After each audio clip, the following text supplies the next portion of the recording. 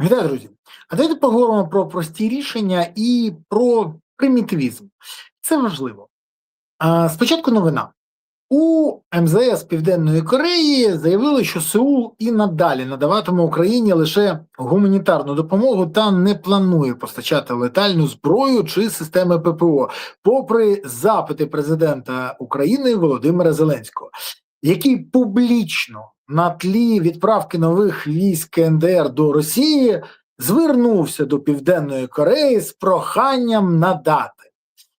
Про це повідомила Korea Times з посиланням на високопосадовця Міністерства закордонних справ Південної Кореї.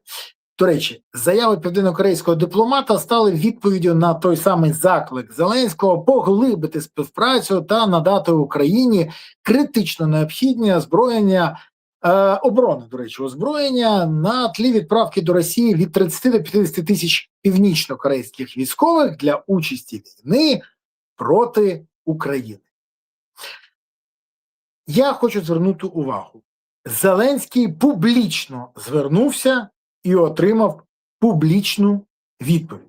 Верніше, публічну відмову. Ба більше того, дійсно, в Кореї є обмеження.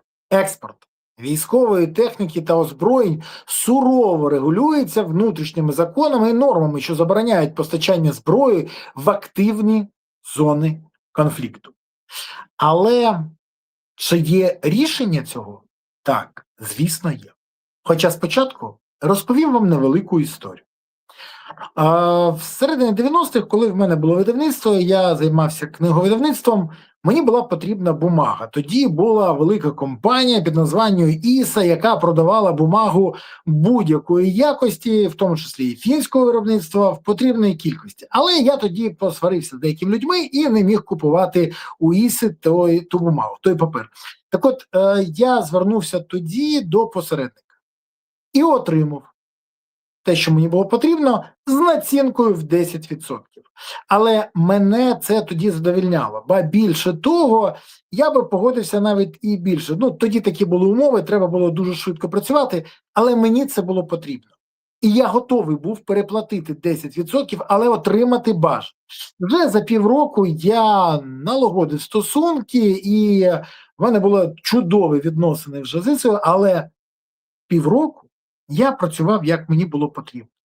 Півроку я отримував те, що мені було треба для бізнесу. Навіть не для виживання структури або держави, а для бізнесу.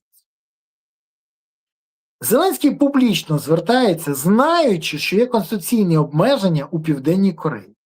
Замість того, щоб використати посередників, наприклад, якщо не Польщу, то є деякі островні держави, які можуть купувати і перепродавати нам. А далі Південна Корея буде казати, ми стурбовані цією ситуацією, ми будемо розбиратися, ми з'ясуємо, звідки ця зброя у Україні.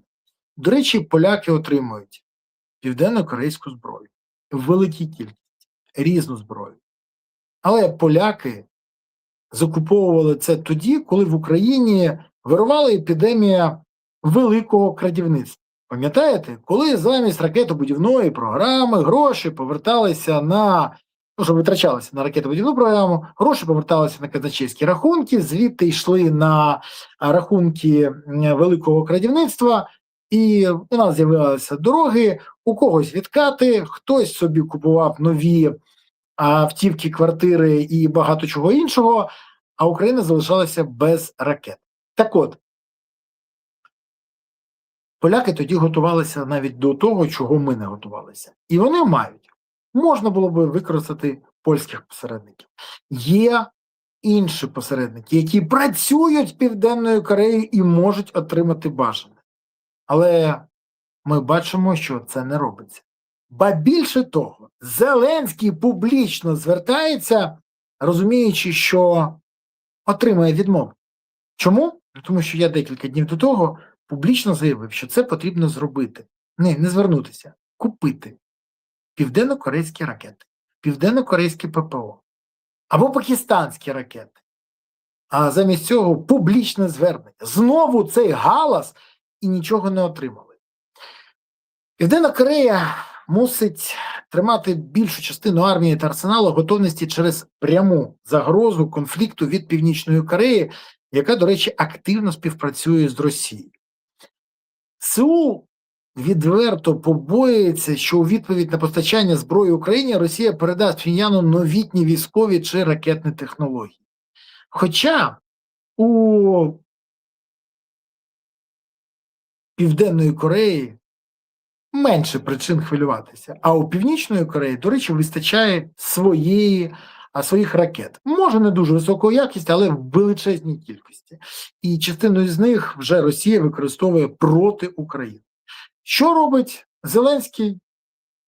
Підіймає галас, публічно звертається, розуміючи, що отримує яку відповідь. Розуміючи, що негативно. Але звертається, щоб потім сказати, от бачите, до мене звернулися, я теж публічно звернувся. А не треба публічно. Волати не треба. Галас підіймати не треба. Шоу не треба. Бо гроші і зброя люблять тишу. Пане Зеленський, вам потрібні посередники, які можуть вам забезпечити бажане? А я вам їх дам. І не тільки я, і ви знаєте, що вони є.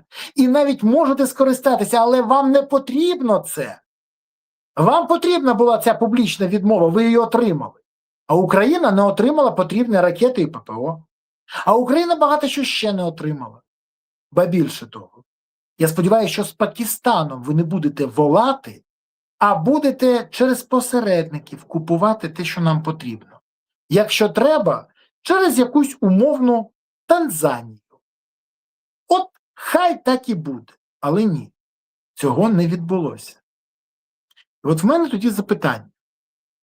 Чи вірне припущення експертів, що Зеленський робить так, навмисно, щоб потім казати, бачите, всі відмовили, і тому ми вимушені чекати тільки зброю від Фаєрпойнту. Або ще щось. Замість того, щоб вирішувати проблему. Коли в Ізраїлі була проблема зі зброєю, ізраїльські спецслужби доставали зброю по всьому світу. Хоча ані Франція, ані Британія не продавала зброю Ізраїлю, і французька, і британська зброя потрапила в Ізраїль. Коли весь світ шукав вакцину від коронавірусу, яка була в обмеженій кількості, або засоби, які рятували життя, Моссад по всьому світу скуповував все, що потрібно було Ізраїлю. Навіть в арабських країнах, які Ізраїлю нічого не продавали. Це для розуміння, коли ставиться завдання і виконується. А не коли треба, наприклад, накладати санкції на тих, хто вказує на помилки нашої влади, або використовувати спецслужби для того, щоб боротися зі свободою слова в Україні, або з опозицією. Розумієте різницю? Не треба підіймати галас. Треба отримувати бажаний результат. Ба більше того, якщо б Зеленський хотів отримати, то він би не пішов на таке просте рішення, як публічно звернутися, знаючи, що отримає відмову. Ну ти що, пришелепкувати? Чи ти сподіваєшся, що хтось піде на порушення закону, знаючи, що там за порушення закону садять навіть президентів? Чи ти вважаєш, що тобі хтось погодиться порушити закон? Ні, не погодиться. Тоді твоя заява розрахована на що? Щоб відмовили? Прості рішення і примітивізм тут не працюють. Треба шукати варіанти, особливо, якщо вони є. Ба більше того, якщо є ті, хто можуть допомогти Україні. І Південна Корея потім скаже, ми не продавали нічого, але зараз, декілька посередників мені сказали, після такої заяви ще складніше буде отримати бажане. Тому що, дійсно, всіх вже попередили і публічно заявили. Але навіщо це зробили? Хай Володимир Олександрович сам пояснює. А поки що Україна отримала першу відмову. Я сподіваюся, що з Пакистаном так тупорило ніхто не буде робити, бо Україні потрібні не відмови, а ракети. Тож, працюйте. Якщо не можете самостійно, звертайтесь. Я дам контакт. Дякую. Ну, а всім іншим я дякую за те, що дивилися, поставили вподобайки, прокоментували і поширили відео. Окрема подяка, що підписалися і написали, звідки ви дивитесь і що думаєте. Але головне, підтримуйте ЗСУ, донатьте на ЗСУ, приєднуйте ЗСУ, допомагайте ЗСУ. Бо ЗСУ – це запорука того, що Україна є майбутнє. Тож гуртуйтесь всі навколо потреб ЗСУ, щоб у України було гідне майбутнє. Дякую. Па-па.